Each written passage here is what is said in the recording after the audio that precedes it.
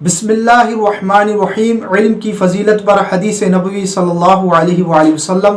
وعن ابی ہریرہ رضی اللہ تعالی عنہ قال سمعت رسول اللہ صلی اللہ علیہ وآلہ وسلم یقول من جاء مسجدی ھذا لم یأتہ الا لخیر یتعلمہ او یعلمہ فہو بمنزلۃ المجاہد فی سبیل اللہ ومن جاء لغیر ذلک فہو بمنزلۃ الرجل ینظر الی متاع غیرہ۔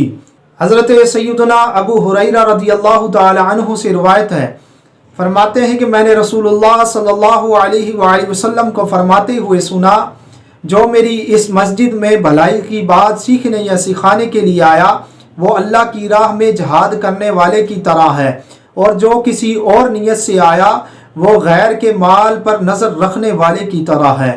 اللہ جل مجدہ سے دعا ہے کہ ہمیں علم دین حاصل کرنے کی توفیق عطا فرمائے۔ وما توفیقی الا باللہ۔